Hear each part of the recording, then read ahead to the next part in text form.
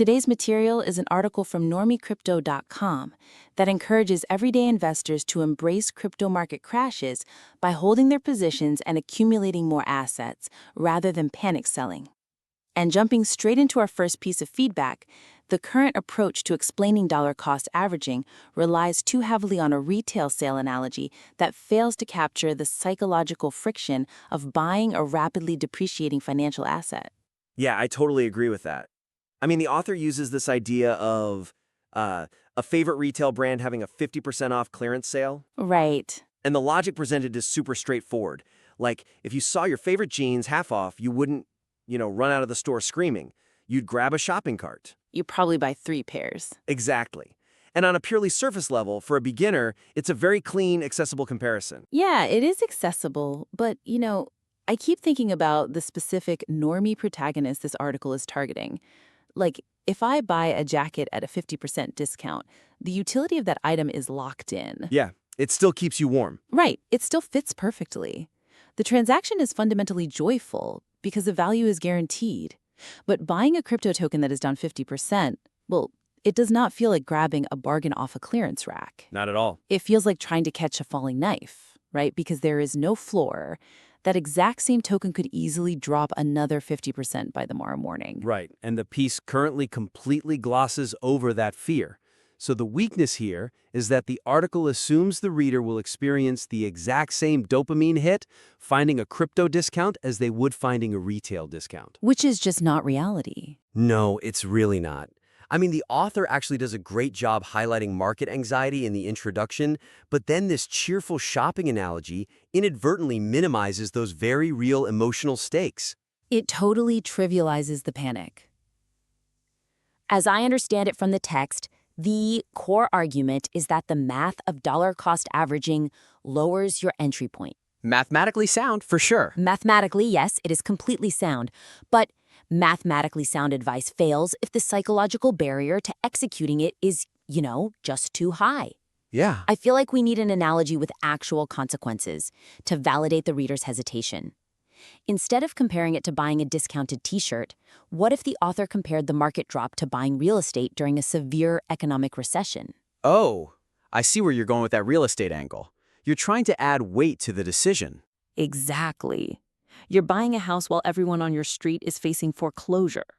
But we have to be careful with that comparison, too. Real estate is highly illiquid. That's true. You buy a house, you are stuck with it. The transaction takes months. But crypto is hyper-liquid. The unique psychological torture of a crypto crash is that you can sell your falling asset at 2 in the morning on a Sunday with a single tap on your phone. Oh, wow, that's a really great pushback. Yeah. The liquidity actually makes the panic so much worse because the exit door is always unlocked. Exactly. The urge to flee is constant. So the suggestion here is to reframe the core analogy to directly address and validate the psychological risk of the investment environment, highlighting that courage, not just bargain hunting, is required. Yes. The editorial strategy should really focus on validating the terror before prescribing the solution. Don't dictate to the reader that they should be happy about a crash. Let them know it's okay to be terrified. Right. So a concrete example of how to revise this would be to focus on the physical sensation of seeing the crash. You could write something along the lines of, it feels absolutely terrifying to hit the buy button when the screen is red and your portfolio is bleeding. Validate that feeling first. Yeah, say, that fear is your biological survival instinct kicking in. But that fear is exactly why the rigid math of dollar cost averaging exists to protect you from your own emotions and force you to act on a predetermined strategy rather than immediate sentiment. I love that phrasing because it normalizes the anxiety. It bridges the gap between the emotional reality of the reader and the mathematical reality of the market. 100%. If you validate their fear first, they will actually trust you enough to take the next step. But here is the dangerous part. Let's say the author nails this emotional validation. The reader finds the courage to hit buy during a terrifying crash. Which takes a lot of guts. It really does. But courage without a compass is just gambling. If they hit buy on the wrong token, that courage bankrupts them. Yeah. This exposes the next massive gap in the text. The directive to accumulate solid utility tokens during a crash lacks the necessary safety parameters required for an audience of everyday beginners who cannot easily distinguish between a temporary dip and a dying project. Right, because the material casually advises investors to accumulate Bitcoin, Ethereum, or solid utility tokens on weakness. Yeah, solid. And for someone who has been in the space for years, solid utility token has a specific meaning based on developer activity and network effects. But for a true beginner? For a beginner, a solid token simply means whatever coin has the loudest marketing campaign, or, the most recognizable meme. Exactly. And let's look closely at the environment this article lives in on the Normie crypto platform. In the site's read and repeat sidebar, there are featured articles about Terra Luna Classic, right alongside pieces on various meme coins. Oh man, yeah, that's rough. If a true beginner reads this main article, feels empowered to boldly buy the dip, and then applies that logic to a crashing, hyperinflationary altcoin like Terra Luna, They are walking straight into an incinerator. yes, they average down at a 50% drop, then a 90% drop, straight to absolute zero. So the weakness in this section is that the article paints all crypto dips with a broad brush. It totally fails to warn the reader that while major decentralized networks with massive global adoption might historically recover from bear markets, countless smaller tokens simply die. They just vanish. Right. Telling a beginner to just accumulate and hold without defining any guardrails leaves them highly vulnerable to losing their entire capital on dead projects. Because, a seasoned trader knows how to read liquidity pools and tokenomics to gauge if a project is just experiencing a macroeconomic dip or a fatal internal collapse. But our reader doesn't know that. No, they don't. So my instinct here is to give them a hard and flexible rule. Something like, during a crash, allocate 80% of your buys strictly to established networks with massive developer activity like Bitcoin or Ethereum. Just fence in the majority of their capital. Exactly. We just protect them from themselves. I hear that, but is a rigid checklist or a percentage rule really enough? Think about the psychology we just discussed. If a beginner sees a microcap token down 95%, unit bias completely takes over. Oh, unit bias is such a trap. It really is. They look at a coin that used to be $100, now trading for pennies, and their greed overrides your 80% rule.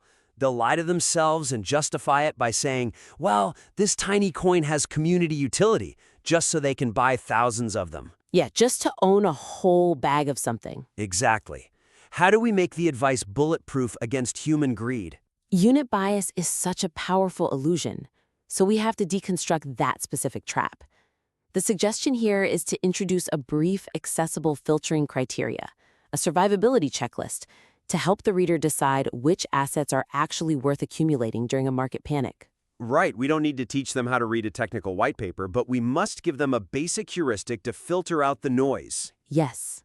Instead of just prescribing a percentage, the author should explain the underlying mechanism of token death. Teach the reader why things go to zero. Provide a self-test they can run before hitting buy. Right. So for a concrete example, the author could integrate a heuristic that asks the reader, before you buy this massive dip, ask yourself, was this token built purely on social media hype, or does it have a working product with active developers? And then you explain the why. Right. If the value was purely speculative hype, a crash drains the hype and the liquidity, leaving absolutely nothing behind. The project is dead. A 90% drop is just the market correctly pricing a worthless asset. It's not a discount. Exactly. But if the value was rooted in utility, the utility remains even when the speculative price drops. That empowers the reader. It aligns perfectly with the site's educational mission. You give them the tools to realize that a 90% drop isn't automatically a bargain. But, once you've secured the portfolio with those parameters, you still have to deal with the person holding the portfolio. The human element.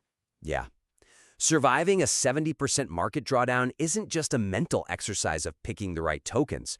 It is a brutal biological endurance test. It really is. You are fighting adrenaline and cortisol every single day you log on to your computer. Which leads us directly into our final area of critique, because managing that physical stress presents a massive structural opportunity for this piece. The current placement of the merchandise shop at the end of the post misses a valuable opportunity to weave the physical products into the emotional narrative of the article itself to support crypto education for the normies. Yeah, because right now, the shop links for the Always Hodl tank top, the Broken Top coffee blend, and the color morphing mug, they're just shoved at the very bottom of the page. Way down in the footer. Right. The weakness of this execution is that the article treats these items as standard, disconnected advertisements. It creates a really jarring divide for the reader. Like, here is the empathetic, educational survival guide, and down here is the commercial break to fund the site. And we all know what happens with footer ads.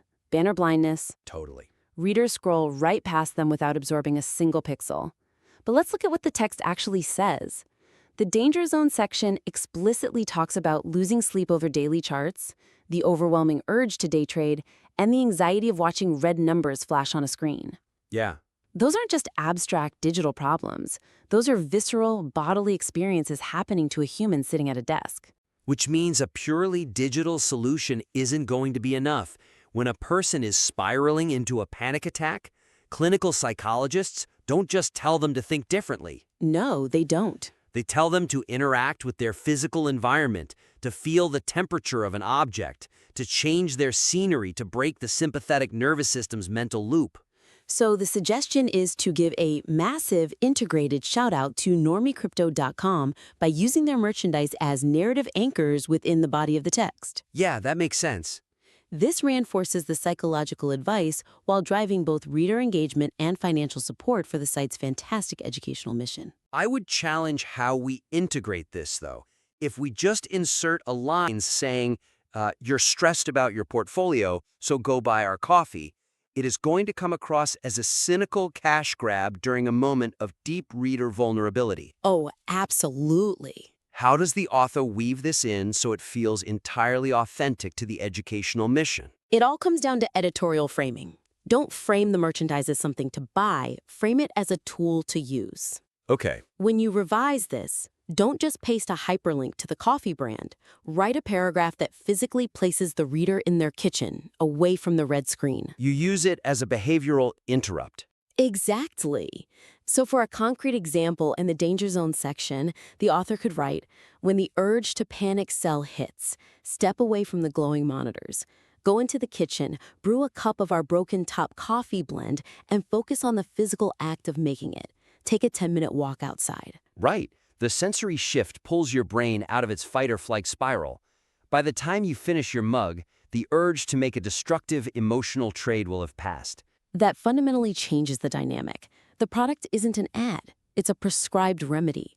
And the same logic applies to the apparel and the desk items. Yeah. In the concluding Shift Your Perspective section, the article advises readers to stop staring at daily losses and remember their long-term plan. But discipline is an abstract concept. It completely evaporates the moment a portfolio drops by $20,000. So you give discipline a physical form. The author could seamlessly integrate the apparel or the mug there to ground the reader. Yes, concrete examples here would be suggesting they wear the Always Hodl tank top to the gym.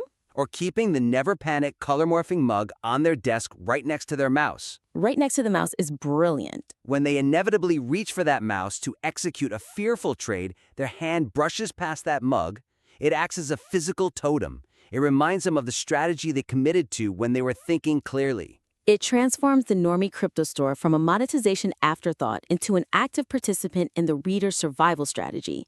It shows a deep empathy for the audience. Yeah, it really does. The platform is essentially saying, we know the math isn't enough to keep you sane. So here are physical tools to anchor you to the ground when the market spins out of control. It elevates the entire piece from being just another piece of market commentary into a holistic survival guide. It addresses the math, the mental state, and the physical reality of the investor. Well said. Let's pull these threads together and recap the core takeaways from today's critique. First, we looked at the necessity of evolving the retail analogy. Comparing a crypto crash to a clearance sale ignores the genuine terror of holding a plummeting asset. Right. The author needs to validate that psychological friction before introducing the math of dollar-cost averaging. Exactly. Second, we address the gap in the accumulation strategy. Beginners desperately need a survivability checklist. Instead of just a generic instruction to buy utility tokens, the piece must deconstruct unit bias and teach readers how to filter out dead hype projects from networks with real foundations. And finally, we discussed moving the NormieCrypto.com shop items out of the footer and weaving them directly into the advice paragraphs. Transforming the coffee, the mug, and the apparel into physical anchors for emotional stability supports both the reader's mental endurance and the site's educational mission. So if you're the author listening to this, your actionable steps are clear. Rewrite the core analogy to focus on emotional validation, add a clear heuristic for assessing token survivability during a crash, and integrate those physical merchandise mentions organically as behavioral interrupts when the reader is experiencing the most stress. Those 3 changes will make a massive difference. Thank you so much for submitting this piece. Educating everyday investors in this highly volatile space is incredibly important work, and you have a great foundation here. We warmly invite you to submit your revised material or any future articles back in for another critique. Because at the end of the day, you need more than a spreadsheet to survive in this industry. You need a physical anchor, a solid foundation to keep the house standing when the market hurricane hits.